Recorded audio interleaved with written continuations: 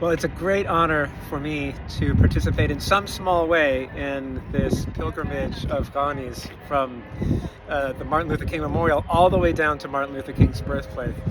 Um, Martin Luther King was one of the most important figures in U.S. history, and his message, the message that we can fight discrimination and prejudice through nonviolent resistance, through love, is an important message, not just in the United States today, although it's very important in the United States, but also throughout the world, and especially for Kurds who have faced oppression for many generations, who are split up between many countries, who have no homeland, but through nonviolent resistance, one hopes in some time can find freedom and self-governance.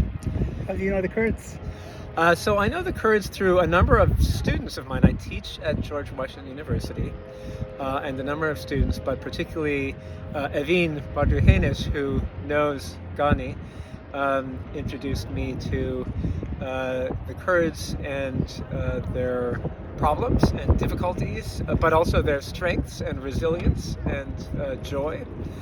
And that's part of what brought me here today, for sure. Thank you so much. You're welcome.